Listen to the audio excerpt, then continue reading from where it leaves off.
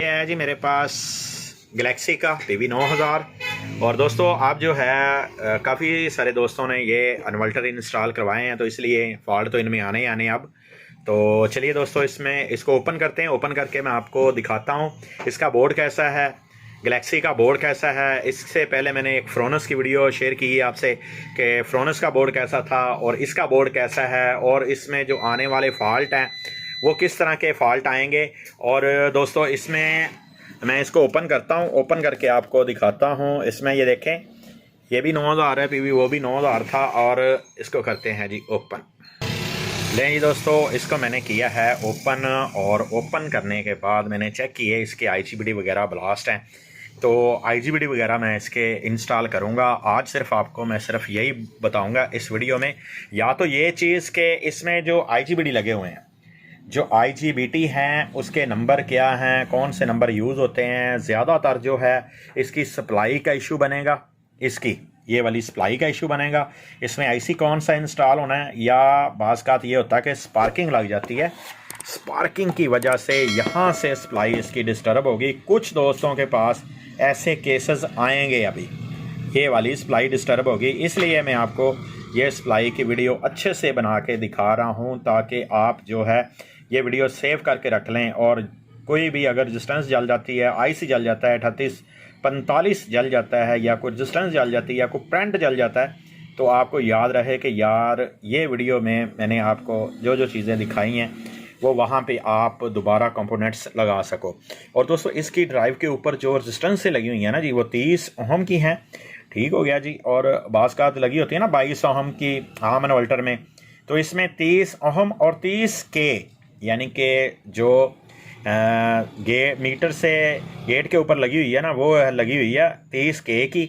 और जो सिर्फ गेट के ऊपर लगी हुई है वो है जी 30 ओहम की। और जो डायोड के साथ A2 के साथ सीरीज़ में लगी होती है वो भी 30 ओहम की ही है। ठीक हो गया जी। इसमें कुछ जो ऑटो कपलर लगे हुए हैं वो इस तरह के हैं, जैसे यानी कि 5702 जो होते हैं, जो बड़े इन्वर्टरों में आते हैं, यानी कि 10 किलोवाट 8 किलोवाट में जो ये ऑटो कपलर लगते हैं, ये तकरीबन उससे मिलते जुलते जो हैं ऑटो कपलर वो यहाँ पे यूज़ होंगे। और ये वैसा ही चॉपर लगा हुआ है जो आपके दो चॉपर लगे हुए हैं, दो अदद ड्राइव के चॉपर जो आउटपुट के IGBT के ड्राइव बनाते हैं, ये वाले 5 वोल्ट 5.5 वोल्ट और 15 वोल्ट वाले, ये तकरीबन वही चॉपर हैं। 0053 भी लिखा होता है कुछ के ऊपर लिखा होता है 0044। तो ये चॉपर आगे जी वो वाले। जो इसमें ज़्यादातर डिस्टर्ब होने वाली चीज़ है, या तो ये ऑटो कपलर जलेंगे, ठीक हो गया, या ये चॉपर जलती है। जब ये ऑटो कपलर जलते हैं उस वक्त ये चॉपर जलती है, और चॉपर के बाद दोस्तों इसकी ज़्यादातर सप्लाई डिस्टर्ब होगी। सप्लाई के बाद मैंने आपको बताया कि इसमें लगे ही IGBT हैं। ठीक है जी। IGBT जो लगे हुए हैं, एक IGBT लगा हुआ है, इसके एक साथ एक डायोड, फिर IGBT, फिर डायोड, फिर 4 आउटपुट के IGBT। तो ये इसमें ड्यूअल स्ट्रिंग है ना, ड्यूअल कंट्रोलर है। तो ड्यूअल कंट्रोलर के ये एक उन्होंने IGBT यूज़ किया, एक IGBT और एक डायोड, एक IGBT और एक डायोड। डबल इंडक्टर कोयल लगी हुई है। दूसरी साइड से मैं आपको दिखाता हूँ। कार्ड का मैंने बताया था पिछली वीडियो में भी, ये देखें, ये डबल इंडक्टर कोयल है। 2 अदद इसमें शंटें लगी हुई हैं, सीटियाँ 2 अदद लगी हुई हैं। ठीक हो गया जी।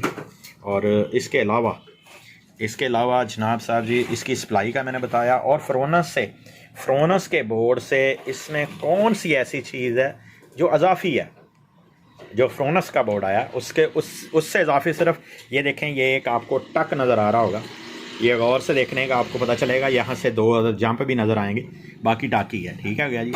ये सिर्फ 4 अदद जो कैपेसिटर लगे हुए हैं ना जी, ये ज़्यादा है फ्रोनस से। ये भी ये साथ में जो देखे, अगर आप देखेंगे तो ये टक लगा हुआ है, यानी कि फ्रोनस में ये चीज़ सर्किट नहीं है। जो 4 IGBT हैं, ये 4 कैपेसिटर हैं, सॉरी, ये नहीं है। बाकी तकरीबन सेम बोर्ड है, सेम कंट्रोलर कार्ड है, हर चीज़ सेम है। तो चलिए दोस्तों, मैं जो है इसको रिपेयर करूँगा, और रिपेयर करने के बाद जो है कस्टमर को वापस दे दूँगा। और बस आपसे इतना ही कि जो चीज़ें इसकी डिस्टर्ब होंगी वो मैंने आपको बताया। और IGBT इसमें नंबर कौन सा यूज़ करना आपने, अगर आप सबसे अच्छा करना चाहते हो, इसमें तो आता है 60H65, कुछ में आता है 40T65। तो आप 60H65 लगाएं या 80H65 लगाएं, वो बेहतरीन IGBT है। 80H65 जो है ना जी, बहुत अच्छा IGBT है, वो इसमें बहुत अच्छा वर्किंग करेगा, आपका लोड उठाने में, हर चीज़ करने में बहुत अच्छी वर्किंग करेगा। बाकी इंशाल्लाह जो है मैं इसको देखता हूँ और जो भी इसके मामलात होंगे वो हल करके और कस्टमर को मैं इंशाल्लाह इसको वापस दे दूँगा और फिट करके। तो दोस्तों मैं इसको चेक करता हूँ जी, और चेक करने के बाद इसको ओके करता हूँ। बाकी रिपेयरिंग की वीडियो मैंने उसके ऊपर बनाई हुई है, फॉल्ट नंबर 15 देता था, लेकिन इसके IGBT शॉर्ट थे। जैसे ही हम इसमें स्ट्रिंग यूज़ करते थे तो शॉर्टेज आ जाती थी। कंट्रोलर वाले जो है, जब कंट्रोलर वाले इसके IGBT शॉर्ट होते हैं तो आप इसको चेक नहीं कर सकते सोलर के ऊपर, क्योंकि जैसे ही आप इसके अंदर सोलर की स्ट्रिंगें लगाएंगे तो स्पार्किंग होगी यहाँ पे सॉकेट के अंदर। तो स्पार्किंग की वजह से आप जो है इसको, आपको पता चल जाएगा कि आगे शॉर्टेज है, इसलिए डिस्प्ले ऑन नहीं होता। तो डिस्प्ले नहीं ऑन होगा तो आपको फॉल्ट का पता नहीं चलता।